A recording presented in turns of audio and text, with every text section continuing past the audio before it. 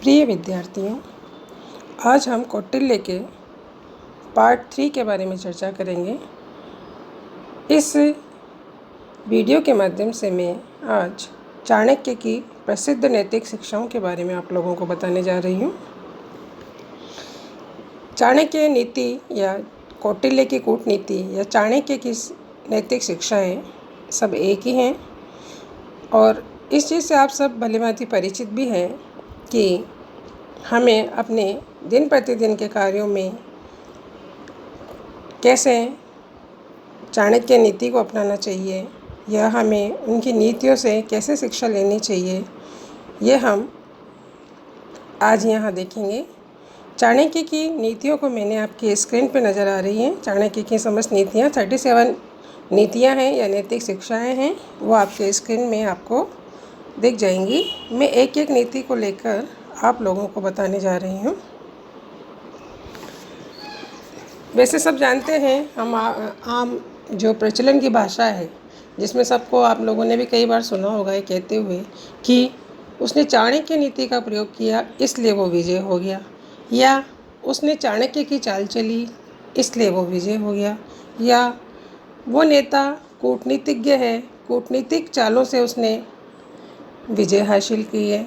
इस तरह की जो आम बोलचाल की भाषा में हम चाणक्य नीति, कूटनीति का प्रयोग हमेशा से करते आ रहे हैं, लेकिन वास्तव में ये नीतियाँ हैं क्या और चाणक्य ने क्या बताया है इसके बारे में, वो हम आज जानेंगे। तो चाणक्य की सबसे पहले की नीति है कि मनुष्य जो सीधा मनुष्य है, जो एकदम सीधा मनुष्य होता है प्रकृति से, उसे दुनिया जीने नहीं देती। ये हम सब जानते हैं व्यवहार में। तो उसने उदाहरण के द्वारा बताया है कि जैसे जंगल में खड़ा सीधा वृक्ष सबसे पहले काट लिया जाता है और जो टेढ़े मेढ़े वृक्ष होते हैं वो यूँ ही खड़े रहते हैं। मतलब जो सीधा व्यक्ति है उसे दुनिया जीने नहीं देती है। नेक्स्ट है, स्पष्टवादी व्यक्ति चाहे बुरा लगे किंतु वह छल कपट से कोसों दूर होता है, और इस बात से मैं भी सहमत हूँ और आप भी सहमत होंगे। दुष्ट को हम कितना भी तोते की तरह पढ़ाएं लेकिन उसकी दुष्टता कम नहीं होती है। सर्प को चाहे हम घड़ों दूध पिला दें लेकिन वह जहर ही उगलता है। नीम की जड़ों में हम मणो एक डाल दें, शहद डाल दें, लेकिन वो कड़वा ही रहेगा। अर्थात हम व्यक्ति के नेचर को नहीं बदल सकते, हम उसके संस्कार को नहीं बदल सकते, और इससे मैं 100% सहमत हूँ और आप भी होंगे। नेक्स्ट नैतिक शिक्षा है चाणक्य की बुढ़ापे में पत्नी का मर जाना। बुढ़ापे में पत्नी का मर जाना, भाइयों के हाथ में संपत्ति का चले जाना तथा पराधीन स्थिति में भोजन करना, ये दुर्भाग्य की स्थितियां हैं। नेक्स्ट है, निम्न स्तरीय व्यक्ति धन की, मध्य स्तरीय धन और प्रतिष्ठा की, और उच्च स्तर का व्यक्ति केवल सम्मान की चाह रखता है। यह भी सही है। जो लेबर क्लास व्यक्ति है, बहुत निम्न स्तर का व्यक्ति है, उसे क्या चाहिए होता है? उसे 2 पैसे चाहिए होते हैं। लेकिन जो मिडिल क्लास है उसे धन के साथ साथ थोड़ी बहुत प्रतिष्ठा भी चाहिए होती है। और जो हायर क्लास है उनके पास धन वन तो होता ही है, लेकिन उन्हें सम्मान की भूख रहती है, तो वो हमेशा सम्मान की चाह रखते हैं, और ये हम अपने दैनिक जीवन में देखते हैं। नेक्स्ट है, मूर्ख पंडितों से, दरिद्र धनवानों से, वेश्या भले घर की स्त्रियों से तथा विधवा सुहागन से वैर रखती है। नेक्स्ट है, दुखी मनुष्य अपनी पत्नी, संतान तथा साधु के पास जाकर ही आराम पाता है। अतिशय रूप के कारण सीता का हरण हुआ, अति गर्व के कारण रावण मारा गया तथा अति दानी के कारण राजा बलि का भी वध हुआ। अर्थात अति सर्वार्थ वर्जते, अति सदैव हानिकारक होती है। और मैं नहीं कह रही हूँ कि चाणक्य की समस्त नीतियों से आप आत्मसात करें, लेकिन कुछ नीतियाँ बहुत सही हैं और उसे हमें अपनाना चाहिए। जैसे कि अति हमेशा हानिकारक होती है, बैलेंस करके लाइफ में रहना चाहिए। नेक्स्ट है, कुल का पता व्यवहार से, देश का पता बोली से, प्रेम का पता आदर से तथा शरीर का पता भोजन से चलता है। और ये शिक्षा तो मैं अपने दादी के ज़माने से भी सुनते आ रही हूँ और आप लोगों ने भी सुनी होगी, इसलिए इसे भी हम सही मान सकते हैं। नेक्स्ट, नदी किनारे खड़ा पेड़, दूसरे के घर जा बैठी स्त्री, बिना मंत्री का राजा तथा दुष्टों की सहायता करने वाले शीघ्र ही नष्ट हो जाते हैं। नेक्स्ट है, सुख चाहो तो विद्या छोड़ दो, विद्या चाहो तो सुख छोड़ दो। इन दोनों का परस्पर मेल नहीं होता, यहाँ मैं 100% सहमत हूँ। हमें यदि विद्या का ग्रहण करना है तो सुख तो त्यागना ही पड़ेगा। आप ऐसे ही कोई IAS ऑफिसर नहीं बन सकते हैं, RS ऑफिसर नहीं बन सकते हैं, डॉक्टर इंजीनियर्स नहीं बन सकते हैं। यदि आपको पढ़ना है, शिक्षा ग्रहण करनी है, कुछ उच्च पद प्राप्त करना है, तो कुछ तो सुख का त्याग आपको करना पड़ेगा। ये शिक्षा आप लोगों के लिए बिल्कुल सटीक है। नेक्स्ट है, मनुष्य को अपनी पत्नी, भोजन तथा धन से संतोष करना चाहिए। नेक्स्ट, धन के नाश का, मन के संतोष का, स्त्री के चरित्र का, नीच के वचन का तथा अपने अपमान की बात किसी से भी प्रकट नहीं करनी चाहिए। यानी कि हमें चाणक्य की कुछ बातों को बहुत गहनता से लेना चाहिए, ये हमें आगे बहुत लाभदायक रहेंगी। नेक्स्ट है, धन तथा अन्य के लेन देन में, विद्या के संग्रह में तथा आचार और व्यवहार में जो लज्जा नहीं करता वही सुखी रहता है। ये बिल्कुल सही बात है। अगला, मेरा यह समय कैसा है, मेरा मित्र कौन है, मेरा देश कौन सा है, मैं किस प्रकार की हानि लाभ उठा रहा हूँ, मैं किसका हूँ और उसमें क्या सम्मिलित है, ऐसा बार बार सोचते रहना चाहिए। अगला है, ऋण देने वाला पिता, व्यभिचारिणी माता, सुंदर व्यभिचारिणी पत्नी और मूर्ख पुत्र, ये 4 मनुष्य के सबसे बड़े शत्रु हैं। बात बहुत कड़वी है लेकिन सही भी है। नेक्स्ट है, पुत्र एवं शिष्य के साथ कठोर व्यवहार करना चाहिए क्योंकि दुलार से ये बिगड़ते हैं। ये हमारे लिए बिल्कुल सही है। हमें अपने सभी स्टूडेंट्स के साथ कठोरता से व्यवहार करना चाहिए क्योंकि अति सब जगह हानिकारक होती है। पुत्र हो चाहे शिष्य हो, अगर सही मार्ग पे उनको लाना है तो हमें कठोर व्यवहार करना ही पड़ेगा। वो उनके हित के लिए है, वो मतलब पेरेंट्स के लिए नहीं है, टीचर्स के लिए नहीं है, वो उनके हित के लिए है, इसलिए हम ऐसा व्यवहार कर रहे हैं। नेक्स्ट है, सांप की नेवले से, बकरी की बाघ से, हाथी की चींटी से, शेरनी की कुत्ते से तथा सज्जन की दुर्जन के साथ मित्रता कभी नहीं हो सकती। यदि कोई ऐसा मित्रता करता है तो वो एक दिखावा है। ये बात हमें गांठ बांध लेनी चाहिए, जिसको कहते हैं, ये हमें अपने जहन में उतार लेना चाहिए। नेक्स्ट है, विपत्ति काल के लिए धन की रक्षा करनी चाहिए, धन से स्त्री की रक्षा करनी चाहिए, धन और स्त्री से सब समय अपनी रक्षा करनी चाहिए। नेक्स्ट है, जिसके पास स्वयं की बुद्धि नहीं हो उसे शास्त्र क्या ज्ञान देंगे। नेत्रहीन के लिए दर्पण व्यर्थ है।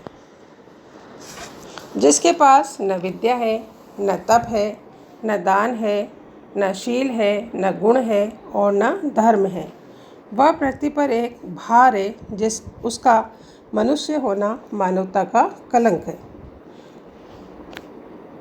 नेक्स्ट है, सांप में भले ही विष न हो उसे सदैव फुफकारते रहना चाहिए, यही उसके हित में है। मतलब व्यक्ति को अपना स्वभाव नहीं छोड़ना चाहिए। जैसे कि पहली शिक्षा में बताया गया, जो सीधा व्यक्ति होता है उसे दुनिया जीने नहीं देती है। तो सांप यदि फुफकारना बंद कर देगा तो सांप से कोई डरेगा ही नहीं, इसलिए उसे अपनी नेचर को नहीं छोड़ना चाहिए।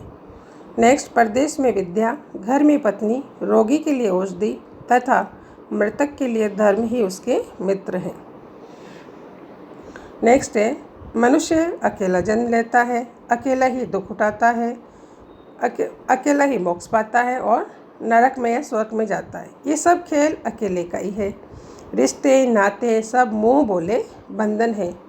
ये एक बहुत दार्शनिक बात चाणक्य ने कही है और हम सबको ये चीज़ समझ लेनी चाहिए कि हम इस संसार में अकेले ही आए हैं, इसलिए हमें अपने सत्कर्म करते रहने चाहिए, अच्छे कर्म करने चाहिए, ताकि जब हम ना रहें तो कम से कम हम अपने कर्मों से याद किए जा सकें। नेक्स्ट है, मन मिले मित्र, गुणवान नौकर, आज्ञाकारी स्त्री और बलवान स्वामी से अपना दुख कहकर मनुष्य सुखी होता है। अगला है, कुल की रक्षा हेतु एक को, गांव की रक्षा हेतु कुल को, देश की रक्षा हेतु गांव को तथा आत्मसम्मान की रक्षा के लिए संसार का ही त्याग कर देना चाहिए। नेक्स्ट है, अभ्यास से विद्या धारण की जाती है, कुल से शील धारण किया जाता है, गुणों से मित्र धारण किए जाते हैं तथा नेत्रों से क्रोध धारण किया जाता है। बिल्कुल सही बात है। अगला है, लक्ष्मी शुभ कार्यों से उत्पन्न होती है, चतुरता से लक्ष्मी शुभ कार्यों से उत्पन्न होती है, चतुरता से बढ़ती है, निपुणता से जड़ बांधती है तथा संयम से स्थिर रहती है। यदि दृढ़ मित्रता चाहते हो तो मित्र से बहस करना, उधार लेना देना और उसकी पत्नी से बातचीत करना छोड़ दीजिए। ये बिल्कुल सही बात है। यदि आप अच्छे फ्रेंड्स हैं तो हम उससे किसी बात पे बहस ही क्यों करें। अगर बहस कर रहे हैं तो फिर वो हमारा फ्रेंड ही कैसा। हमें बहस नहीं करना चाहिए और आर्थिक रूप से उधार लेना देना नहीं करना चाहिए। इससे मन में कुछ दूसरे भाव पनपने लग जाते हैं कई बार उसकी। ये हमने देखा है एक्चुअली व्यवहार में कि मित्र ही मित्र की पत्नी पर गलत निगाह रखते हैं, बाद में उनके संबंध बिगड़ जाते हैं। तो हमें, अगर हमारी दृढ़ मित्रता है तो हमें इन बातों का पालन करना चाहिए। हम उससे बहस ना करें, उससे उधार लेना देना नहीं करें, उसके घर आना जाना कम करें। नेक्स्ट है, धर्म स्वयं बहुत शक्तिशाली है किंतु धन के बिना धार्मिक अनुष्ठान भी नहीं किए जा सकते हैं। अतः ये कहा जाता है कि धन से ही धर्म की रक्षा होती है। हम बिना धन के धर्म की रक्षा नहीं कर सकते हैं, ऐसा चाणक्य कहते हैं और चाणक्य ने ये बात बहुत सही कही है। नेक्स्ट है, दातापन, मीठी बोली, धीरज और उचित ज्ञान ये अभ्यास से नहीं मिलते हैं। ये 4 स्वाभाविक गुण होते हैं जो व्यक्ति में जन्मजात होते हैं। नेक्स्ट है, मनुष्य में दूसरों के प्रहार से बचने के लिए थोड़ा कठोर और कुटिल अवश्य होना चाहिए। ये बात हमें याद रखनी है।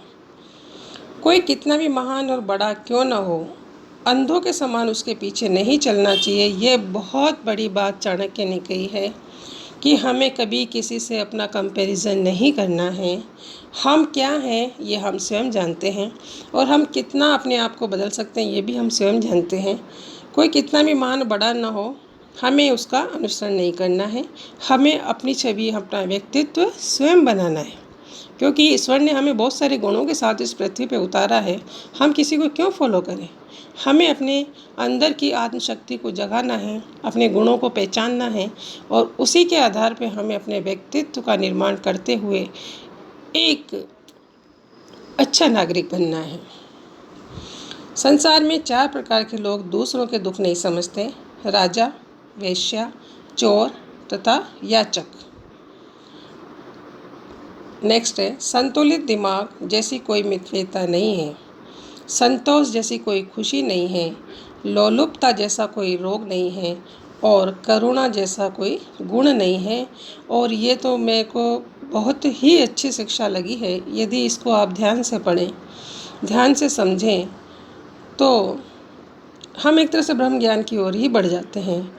संतुलित दिमाग यानी हमें अपना माइंड बैलेंस रखना है। सुख में बहुत सुखी नहीं होना है और दुख में बहुत दुखी नहीं होना है। तो ये उसने मित्रता का नाम दिया है, बिल्कुल सही।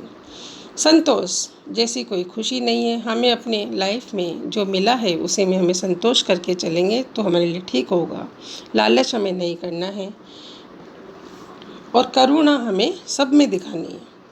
नेक्स्ट है, सोने की परख उसे घिस कर, तपा कर, काट कर तथा पीट कर की जाती है। उसी प्रकार मनुष्य की परख उसके त्याग, चरित्र, व्यवहार और उसके कार्यों से की जाती है। मुझे लगता है ये भी आप लोगों को सबको समझ में आ गया होगा कि सोना तप कर ही निकलता है, उसी प्रकार मनुष्य को भी मेहनत से ही फल मिलता है। सीधा कुछ सोने की चमक कब आती है? जब वो आग में बहुत तपता है। कहते हैं मनुष्य जब बहुत दुखों का सामना करता है तभी जाके उसे आगे सुख प्राप्त होता है। तो मुझे लग रहा है कि जो चाणक्य की जो नीतियाँ हैं वो आप लोगों के लिए बहुत काम आने वाली है आगे की लाइफ के लिए। उसे आप लोग आत्मसात करिए, उससे कुछ सीखिए तो इनका कोई फ़ायदा भी होगा। और लास्ट नीति है उसकी, वही पुत्र है जो पितृभक्त है, वही पिता है जो ठीक से पालन करता है, वही मित्र है जिस पर भरोसा किया जा सके, वही देश है जहाँ आजीविका हो। वाह, बहुत अच्छी बात कही है। सच मानिए मुझे भी आज इसकी ये पूरी 37 नैतिक शिक्षाओं को बहुत गहनता से समझने का अवसर मिला और इसीलिए मैंने इसको स्क्रीन पे डालकर आप लोगों से रूबरू होने का मौका गंवाने का उचित नहीं समझा। मुझे लगा मैं अपने स्टूडेंट्स को इन शिक्षाओं में यदि शेयर कर सकूँ, इन शिक्षाओं को शेयर कर सकूँ तो उनको भी फ़ायदा होगा। और मुझे तो बहुत ही अच्छा लगा। आशा है ये सारी शिक्षाएं आप एक एक करके पढ़िए। ये आपको किसी से कुछ ज्ञान लेने की ज़रूरत नहीं है। यदि आपने इनको फॉलो किया है तो यकीन मानिए प्रिय विद्यार्थी, आप लोग ज़रूर लाइफ में सक्सेस होंगे एक दिन। कौटिल्य की इन सभी उपयुक्त चाणक्य नीति या नैतिक शिक्षाएं और प्रेरणादायी शिक्षाओं का प्रशासनिक तंत्र या राज व्यवस्था या शासन व्यवस्था से इनका कोई प्रत्यक्ष संबंध नहीं है, फिर भी मनुष्य के व्यवहार से ये बिल्कुल जुड़ी हुई शिक्षाएं हैं। मनुष्य के दैनिक जीवन से जुड़ी हुई शिक्षाएं हैं और निश्चित रूप से किसी शासक के लिए भी ये लाभप्रद हैं। गुरु की महत्ता बताते हुए कौटिल्य कहते हैं कि शिक्षक कभी साधारण नहीं होता है, निर्माण तथा प्रलय उसकी गोद में ही पलते हैं। और मैं एक शिक्षक होने के नाते आप लोगों से यही कहना चाहूँगी कि इस चाणक्य की जो नैतिक शिक्षाएं हैं, प्रेरणादायक शिक्षाएं हैं, बहुत व्यवहारिक शिक्षाएं हैं, इसे आप ज़रूर पढ़िए। और ये एग्ज़ाम में क्वेश्चन आए या ना आए, लेकिन हमें इन शिक्षाओं का ज्ञान अवश्य लेना चाहिए। Thank you.